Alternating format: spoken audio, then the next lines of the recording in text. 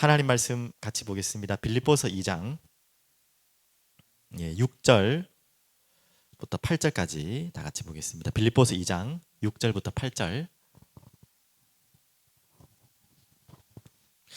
다 찾으셨죠?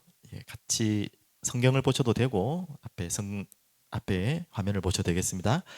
같이 읽겠습니다. 그는 근본 하나님의 본체시나 하나님과 동등됨을 취할 것으로 여기지 아니하시고 오히려 자기를 비워 종의 형체를 가지사 사람들과 같이 되셨고 사람의 모양으로 나타나사 자기를 낮추시고 죽기까지 복종하셨으니 곧 십자가에 죽으심이라. 아멘.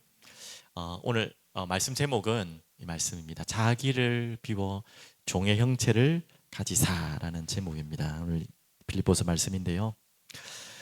한 주간 주신 말씀 기억하시면서 한 2, 3일 지금 지나오셨는데 여러분과 마음이 또 생각으로 오잖아요. 여러분 생각을 잘 지키셨습니까? 하나님 은혜로 잘 지키시고 또 이 자리에 또 오셨고 또 영상으로 각자의 자리에서 예배드리고 계신 줄 믿습니다. 이미 예배 자리에 나왔다는 것 자체가 하나님이 여러분을 지켜주신 거죠. 그렇지 않다면 예배 자리에 올 수도 없고 또 오셔서도 하나님의 말씀이 들리지 않겠죠.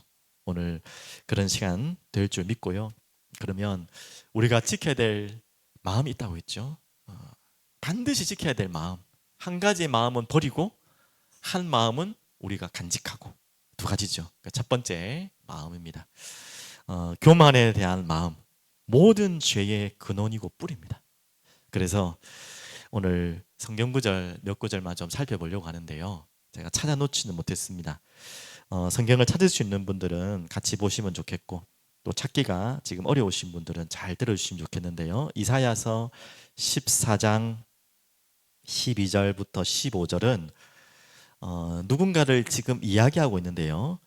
바벨론 왕을 이야기하는 것 같지만 누구를 비유해서 하는 말이죠. 잘 보시면 이 교만의 시작이 어디서 왔는지가 잘 나와 있습니다.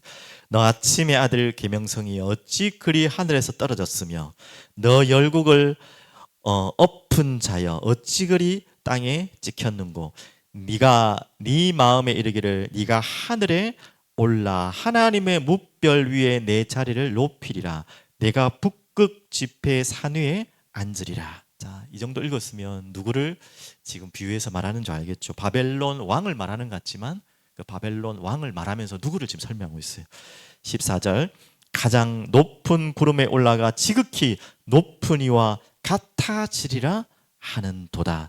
그러나 이제 네가 스올 곧 구덩이의 맨 밑에 떨어짐을 당하리로다. 누군지 알겠죠? 바로 이 교만의 시작이라고 할 수 있죠. 바로 이 계명성이라고 말하는 사단이죠. 그러면서 에스겔서 28장 17절에도 여러분 잘 아는 본문이지만 나와 있습니다. 여기에는 이제 두로 왕을 이렇게 질책하는 내용 같지만 알고 보면 또 이것 또한 사단을 또 비유하고 있는 본문입니다. 17절 제가 읽어볼게요. 네가 아름다움으로 마음이 교만하였으며 내가 영화로움으로 내 지혜를 더럽혔으며 내가 너를 땅에 던져 왕들 앞에 두어 그들의 구경거리가 되게 하였도다. 바로 이 사단이 바로 교만의 시작이고 이 사단이 또 무엇을 갖고 왔죠? 창세기 3장 5절 6절 너무나 유명한 본문입니다. 제가 한번 볼게요. 잘 아는 본문이지만 다시 한번 확인해 보면 좋겠는데요.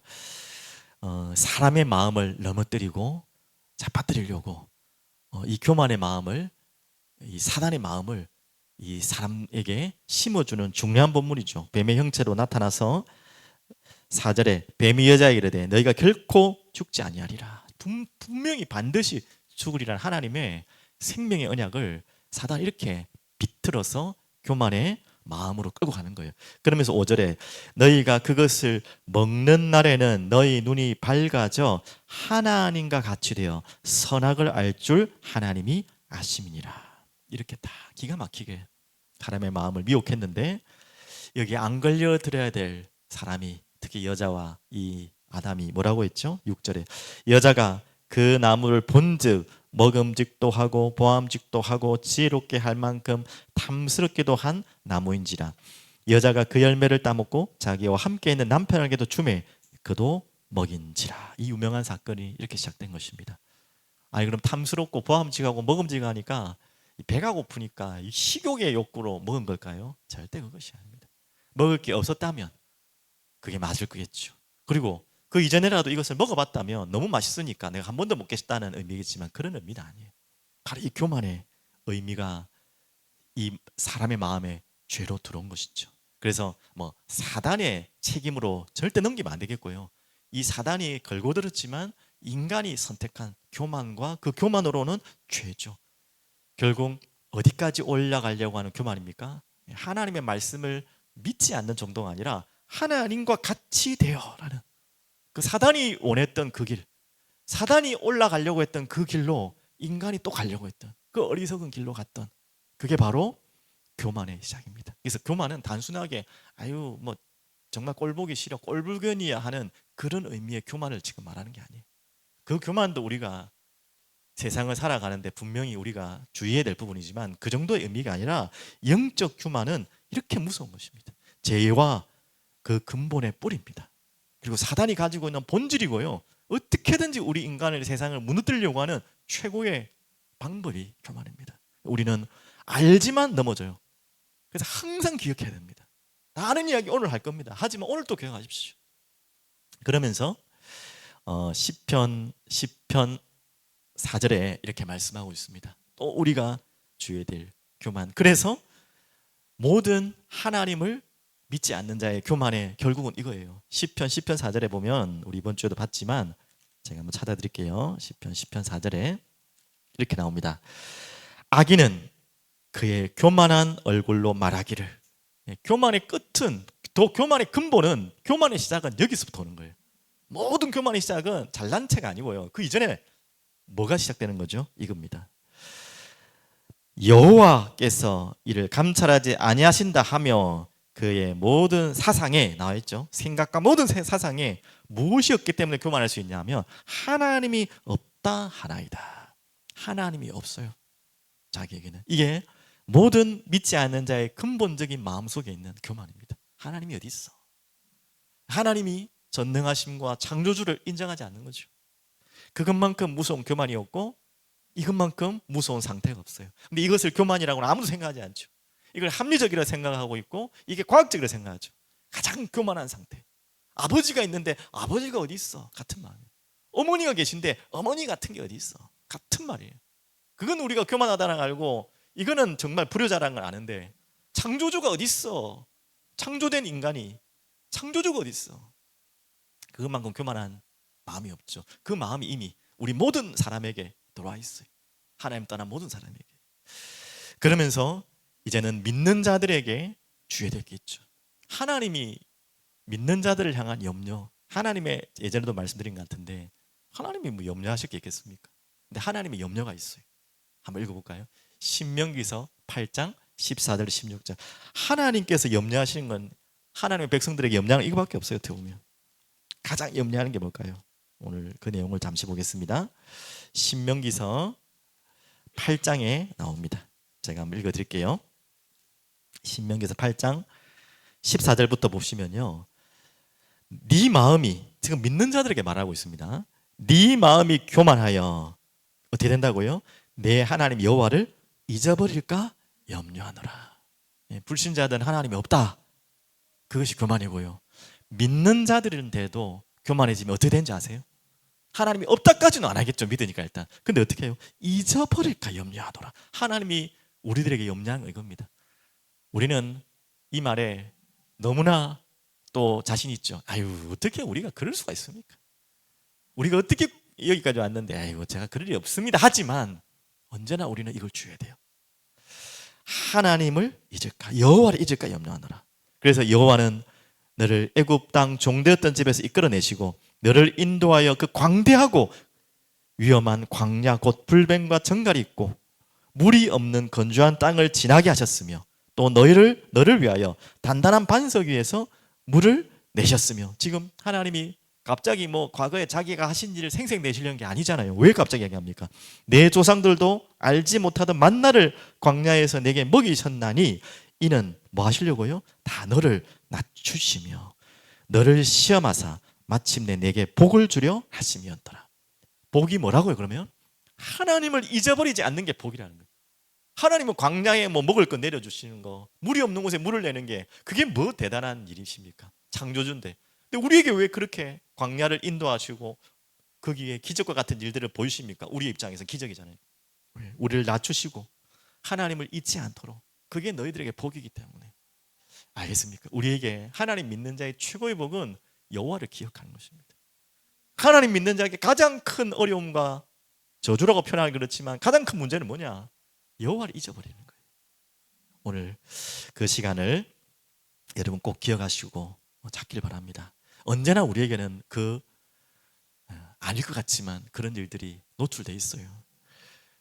제일 노출이 심한 자리가 어딘지 아세요? 여러분보다요, 제가 있는 자리. 메시지를 전하는 어떤 성도가, 저도 들었던 이야기인데요, 설교를 메시지를 듣고 나서 예배를 드리고 보통 많이 인사하잖아요. 아유, 오늘 말씀 은혜를 너무 많이 받았습니다. 제 경험담은 아닙니다. 절대 어떤 목사님의 경험담인데 은혜를 많이 받았습니다. 목회자들이 가장 듣고 싶어하는 인사거든요. 아이고, 말씀 은혜 받았습니다. 아이고, 말씀이 너무 좋습니다. 아이고, 이렇게 그랬죠. 그때 이 설교자가 참 깨어있는 설교자죠. 저도 그래야 될 것 같고요. 그런데 여러분한테 감히 그렇게는 말 못하겠는데 이분은 굉장히 참 직선적인 것 같아요. 뭐라고 말했냐면, 아, 그렇습니까? 안 그래도 설교 마치자마자 마귀가 오늘 너 설교 잘했다라고 제 마음속에 이미 음성으로 들려줬습니다. 이렇게 반박을 했답니다. 참 좀 독한 말이지만 중요한 이야기죠. 맞죠? 여기에 많은 설교자들이 넘어르셨다는 거예요. 뭐 이 설교뿐만 아니겠습니까? 많은 지도자들이 넘어르셨다는 거예요.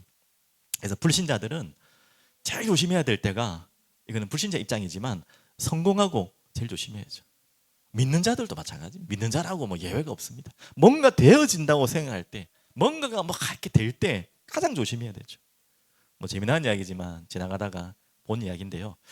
러시아 황제 니콜라이, 누군지 모릅니다. 저도 니콜라이 황제가 믿는 그래도 황제인 것 같아요. 뭐 제대로 된 믿음은 아니겠지만 이 황제가 한 번씩 이렇게 군대 이렇게 정찰 갈 때가 있잖아요. 그냥 자기 모습을 잘 안 드러내고 어느 날 이제 그냥 허름한 그냥 군복을 입고 이렇게 갔는데 아주 그만하게 담배를 탁 꼬라매고 이런 참호 같은데 이렇게 지나가면서 이렇게 다리를 꼬으면서 그러면서 인사를 이렇게, 그러니까 보니까 황제가 인사를 한 거죠. 모른 척하고 하니까 너는 황제가 물어봤대. 당연히 황제인지 모르고 계급이 어떻게 되냐 하니까 어떻게 됩니까 하니까 일병이십니까 하니까 아니, 일병보다 높아. 그래서 일병보다 높은 건 뭐 상사이십니까? 상사보다 높아. 상사보다 높으면 뭐 소위입니까? 아니, 그보다 더 높아. 중입니까? 결국 대위예요. 대위면 그래도 높은 편이거든요. 군대 가면 대위가 중대장 되니까 높은 편이거든요. 대위야 하니까 이제 자기보다 훨씬 낮은 병인 줄 알았겠죠. 아, 그러냐고. 나는 그 계급이 뭔지 아십니까? 물어본 거예요.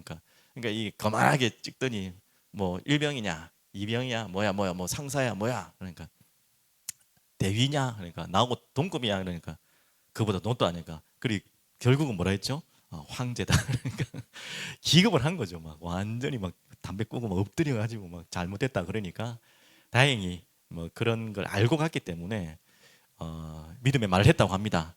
자, 우리 다 하나님 앞에 다 겸손하게 살아야 된다. 계급 가지고 자랑할 게 아니다 하고 지나왔다는 참 웃지 못할 일화가 있는데요. 이건 뭐 세상 이야기지만 그만큼 중요한 얘기고요. 다시 말씀드리지만 우리가 믿는 자들로서 제일 주의해야 될 때가 은혜 못 받을 때도 주의해야 되죠. 이게 뭔가가 이렇게 막 은혜가 안 되고 막 이렇게 막 그럴 때도 당연히 우리가 불신앙을 주의해야 되겠지만 조금 이해하셔야겠지만 우리가 은혜 받았을 때 제일 또 조심하셔야 돼요. 은혜 받고 있을 때. 이때 또 넘어집니다. 이때 가장 또 많이 넘어져요. 아가서 2장 15절에는 이런 말씀이 아마 이럴 때를 두고 이야기한 것 같아요. 포도원을 허무는 작은 여우를 잡으라. 잘 아시죠? 아가서 어떤 의미인지 비유를 잘 이해하십시오. 포도원을 허는 허무는 작은 여우, 여기서는 교만이라고 할 수 있겠죠. 여우를 잡으라. 이는 우리의 포도원에 꽃이 피었음이니라. 지금 꽃이 피고 뭔가가 지금 좋아할 때, 이럴 때 작은 여우가 틈을 타고 들어와서 해집고 다니는 거예요. 그래서 우리가 가장 은혜 못 받을 때는 말할 필요도 없고요. 은혜 받고 있다고 생각하고 응답받고 있다고 생각할 때 가장 더 조심해야 될 때다. 여러분, 이 부분을 잘 기억하시고, 지금도 우리가 열왕기상을 보고 왔듯이 다윗이 넘어졌을 때가 바로 이때입니다. 또 막 어려웠을 때 다윗이 넘어진 게 아니에요. 이제는 정말 은혜 받고 모든 것이 정착되어지고 여유로울 때 다윗은 넘어졌어요. 솔로몬도 마찬가지입니다. 이제는 그냥 극을 달할 때 부와 명예와 권력과 세상이 와가지고 절을 하고 막 스바의 왕이 와가지고 막 기급을 하고 대단하다 놀랍다 할 때, 그때 뭐 그 이전부터 시작됐겠지만 솔로몬이 무너지기 시작했습니다. 이해되셨죠? 다윗은 돌아왔지만 솔로몬은 끝까지 그 길을 갔죠. 그래서 결국은 나라가 분열되고 멸망하는 지금 메시지를, 성경을 보고 있지 않습니까? 그래서 우리에게 교만, 내가 지금 이렇게 은혜 받고 있는데 뭐 설마 그렇겠냐, 그때가 가장 조심해야 될 때다. 그거 기억하시기 바랍니다. 그러면서 오늘 두 번째 같이 연결되어서 겸손이죠. 자, 겸손에 대한 메시지 구절 몇 구절만 좀 찾아보겠는데요. 이 부분은 조금 번거롭지만 한번 찾아보시면 좋겠습니다. 누가복음 18장 좀 찾아보시면 좋겠습니다. 성경을 보시면서 함께 봤으면 좋겠어요. 진짜 진정한 겸손은 어디서부터 시작되느냐? 여러분이 이것이 고백되는 순간부터 겸손이 시작되는데요. 반대로 이 고백이 되어지지 않다면 여러분과 저는 아직 겸손한 자가 아닙니다. 18장 9절에서 18장 9절에서 14절인데요. 찾으신 분들은 한번 제가 읽을 테니까 한번 보시면 좋겠습니다. 또 자기를 의롭다고 믿고 다른 사람을 멸시하는 자들에게 이 비유를 말씀하시니라. 두 사람이 기도하러 성전에 올라가니 하나는 바리새인이요 하나는 세리라. 딱 극단적이죠. 바리새인은 알다시피 너무나 바르고 뭔가 바르게 한다고 하고 뭐 성경도 뭐 많이 알고 있고 그런 분이고, 세리라고 하는 분은 너무나 무너진 사람이죠. 자, 근데 두 사람의 기도를 일부러 더 비유해서 이야기합니다. 바리새인은 서서 따로 기도하여 이르되 하나님이여, 나는 다른 사람들 곧 토색, 불의, 간음을 하는 자들과 같지 아니하고 이 세리와도 같지 아니함을 감사하나이다. 나는 일에 2번씩 금식하고 또 소득의 11조를 드리나이다 하고, 이렇게 바리새인은 기도를 하고 있어요. 참 바른 것 같지만 하나님 기뻐하신 기도는 아닌 것 같아요. 13절, 세리는 멀리 서서 감히 눈을 들어 하늘을 쳐다보지도 못하고 다만 가슴을 치며 이르되 하나님이여 불쌍히 여기소서, 나는 죄인으로소이다 하였느니라. 자, 이렇게 기도가 다릅니다. 또 이 부분을만 보고 오해하시면 안 돼요. 매일 기도가 또 뭐 죄인입니다, 죄를 막 그냥 제 책에 눌려가지고 하늘도 쳐다보지 못하고 막 그렇게 하라는 거 아니에요. 하나님 앞에 나가지도 못하는, 그렇게 눌리라는 말이 아닙니다. 그걸 지금 말하는 비유가 아니에요. 14절, 그 비유를 설명하시면서 예수님이 하시려고 하는 말씀, 내가 너에게 이르노니 이에 저 바리새인이 아니고 이 사람이 의롭다 하심을 받고 그의 집으로 내려갔느니라. 무릇 자기를 높이는 자는 낮아지고 자기를 낮추는 자는 높아지리라 하시니라. 이건 단순한 겉모습의 외형적인 겸손을 말하는 게 아니라 영적으로 진짜 겸손이에요. 진짜 겸손한 자의 고백은 나는 뭐라고요? 죄인이로소이다. 이게 진짜 고백돼야 돼요. 그러면서 우리는 이제 복음을 알기 때문에 그것으로 끝난 게 아니라, 그래서 오직 예수 그리스도 외에는 없습니다. 그리스도만을 바라보겠습니다. 그리스도가 필요합니다. 같은 고백이겠죠. 오늘 진짜 여러분에게 그런 고백의 겸손이 시작되길 바랍니다. 다시 또 돌아가서 신명기서 제가 8장을 다시 한번 보겠습니다. 신명기서, 오늘 신명기서를 좀 많이 보겠는데요. 신명기서 8장 2절을 잠시 보겠습니다. 신명기서 8장 2절부터 6절. 내 하나님 여호와께서 이 40년 동안에 네게 광야길을 걷게 하신 것을 기억하라. 왜 그랬을까요? 이는 너를 낮추시며 너를 시험하사 네 마음이 어떠한지 그 명령을 지키는지 지키지 않는지를 알려 하심이라. 너를 낮추시며 너를 줄이게 하시며 또 너도 알지 못하며 내 조상들도 알지 못하던 만나를 내게 먹이신 것은 사람이 무엇으로 떡으로만 사는 것이 아니요 여호와의 입에서 나오는 모든 말씀으로 사는 줄을 네가 알게 하려 하심이라. 그러면서 4절에 보면요, 이 40년 동안에 내 의복이 헤어지지 아니하였고 내 발이 부르트지 아니하였느니라. 누가 하셨느냐? 다 누가 했냐 이거예요. 누가 이렇게 할 수 있냐 이거예요. 이렇게 하실 수 있는 분은 아무도 없어요. 그 어떤 지도자도 어떤 사람도 하나님만이 하실 수 있죠. 5절 너는 사람이 그 아들을 징계한 같이 내 하나님 여호와께서 너를 징계하시는 줄 마음에 생각하고. 이제 이게 하나님 말씀하고자 하는 본론입니다. 내 하나님 여호와의 명령을 지켜 그의 길을 따라가며 그를 경외할지니라. 바로 하나님을 경외하는 것이 겸손입니다. 이 모든 것에서 하나님이 하신 것을 인정하고 나의 낮음을 고백하고 하나님의 율례를 법도를 따르며 지키는 이 겸손한 마음, 하나님께서 기다리시는 마음이죠. 그러면서 우리 고린도후서 1장 9절 말씀 우리가 받지 않습니까? 바울의 고백이죠. 우리는 우리 자신이 사형 선고를 받은 줄 알았으니 그만큼 힘들었다는 거예요. 우리로 자기를 의지하지 말고 오직 죽은 자를 다시 살리시는 하나님만 의지하게 하심이라. 하나님은 어떻게 하든지 우리에게 이끄시려고 하는 자리가 어디라고요? 하나님만을 바라보는, 하나님을 경외하는, 모든 것이 하나님이 하셨다는 고백할 수 있는 자리에 우리를 세우기를 원하십니다. 그런 겸손으로.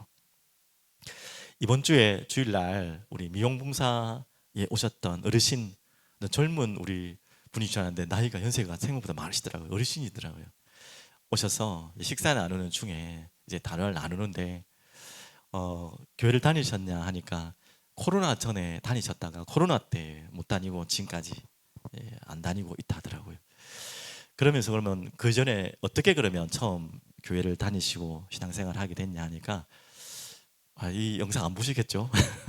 원래 자기가 이제 알코올 문제가 심하셨다 하더라고요. 술병에 완전히 어느 정도까지는 모르겠지만 아마 그 계기는 모르겠지만 IMF 때 다 뭐가 다 무너졌대요. 막 그 계기로 막 술이 시작된 것 같아요. 모든 가정도 흩어지고 많이 힘들어졌나 봐요.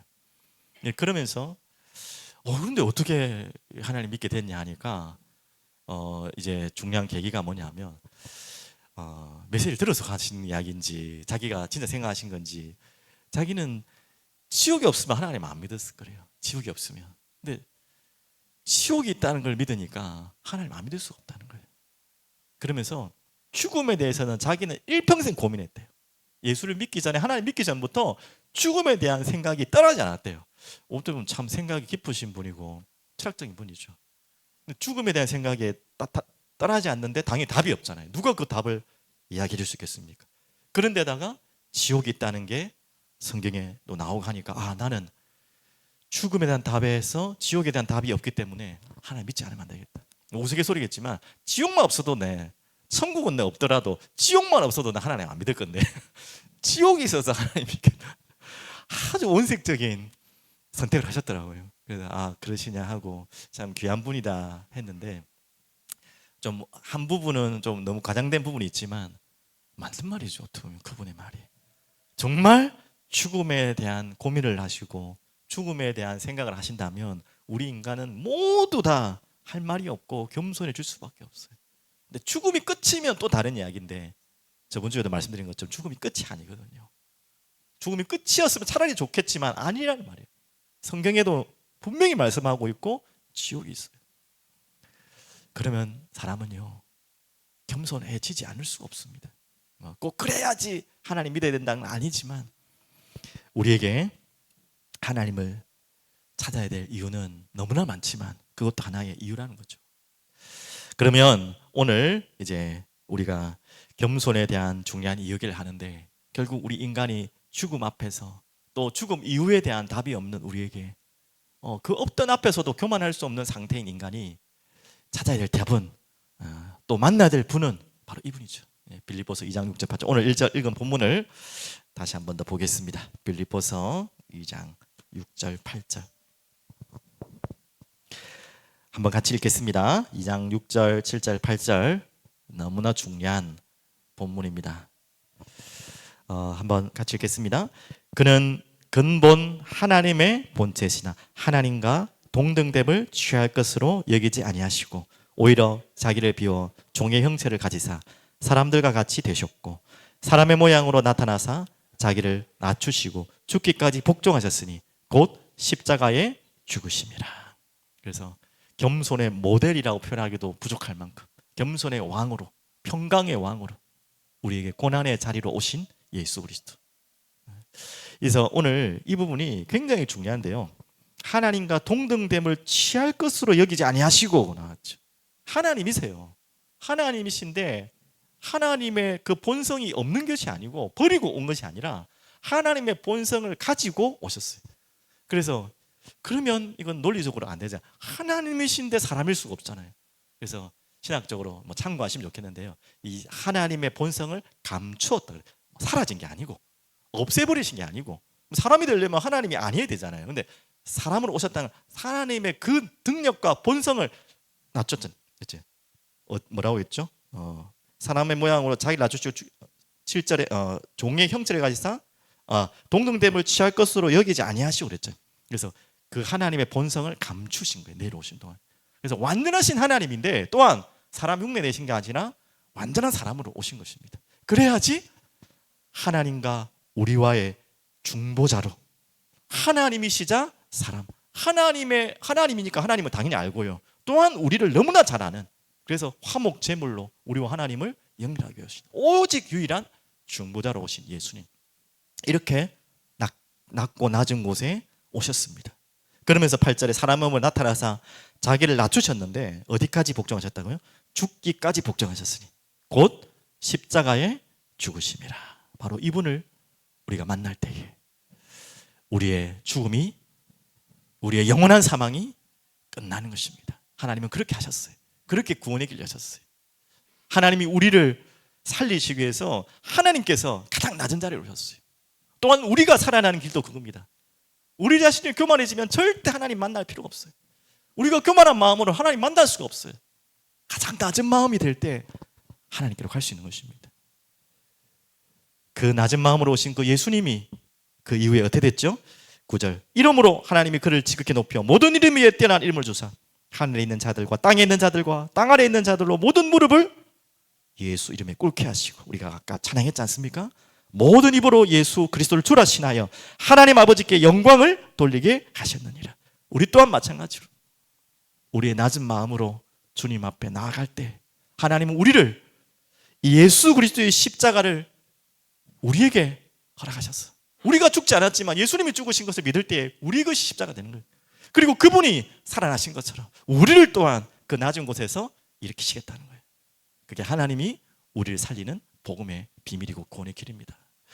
오늘 이 답으로 오늘 여러분이 하나님의 자녀된 축복으로 들어오신 것을 믿으시길 바라겠습니다. 그러면 우리 결론으로 마무리하면요, 우리가 마음을 생각을 지키는 가장 중요한 이 교만을 버리고 겸손으로 들어가는 두 가지 말씀 대신방 할 때 주셨던 말씀인데 함께 좀 나누었으면 해서 이 말씀으로 좀 마무리하겠습니다. 우리가 꼭 기억해야 될 두 가지 말씀이죠.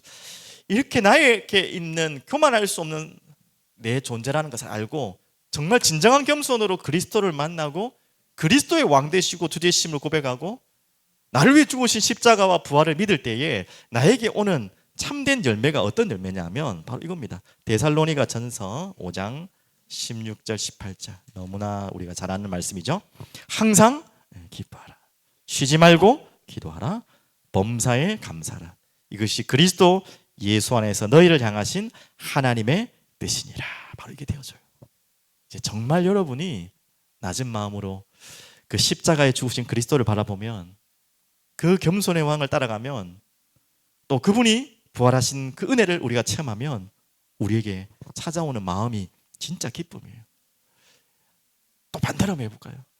내가 예수를 믿는데 하나님 자녀 되는데 왜 기쁨이 없냐? 왜 모든 일에 감사할 수 없냐? 왜 이렇게 기도가 되지 않을까라는 되레 질문을 한다면 한 가지 답을 찾을 수 있을 거예요. 뭐가 없어서? 내 마음에 나도 모르는 겸손이 어딘가에 멀어지고 있는 거예요. 예. 겸손이라는 표현으로 좀 부족한 표현이지만 나도 모르게 교만이 와 있다. 항상 기뻐할 수밖에 없는 이유가 우리에게는 답이 있잖아요. 쉬지 않고 기도할 수 있는 이유가 있잖아요. 범사에 감사할 수 있는 답이 있잖아요. 우리가 진짜 겸손할 때 이 세 가지는 될 수밖에 없어요. 그러면서 오늘 또 빌립보서 4장 6절 7절 다시 한번 볼게요. 빌립보서를 다시 한번 보겠습니다. 4장 6절 7절. 아무것도 염려하지 말고 다만 모든 일에 기도와 간구로 너희 구할 것을 감사함으로 하나님께 아뢰라. 그리하면 모든 지각에 뛰어난 하나님의 평강이 그리스도 예수 안에서 너희 마음과 생각을 지키시리라. 맞죠? 이 열매가 오게 됩니다.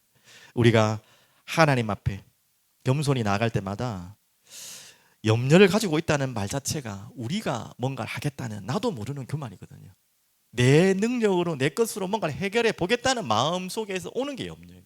반대로 말하면 나는 아무것도 할 수 없습니다. 비굴한 게 아니고요. 나는 할 수 있는 게 없습니다. 나 약한 게 아니에요. 그러면서 어디로 가는 거죠?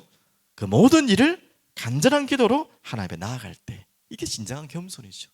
이게 진짜 그때 찾아오는 것이 감사예요. 반대가 될 땐 기도가 안 돼요. 기도의 행위는 하겠지만 기도가 안 돼요. 감사가 안 돼요. 기도가 아니죠. 그러면서 그리하면 모든 지각에 뛰어난 하나님의 평강이 우리가 낮아질 때 하나님 앞 겸손하게 설 때 그게 기도죠. 우리에게 찾아오는 것은 이제 평강이 찾아와요.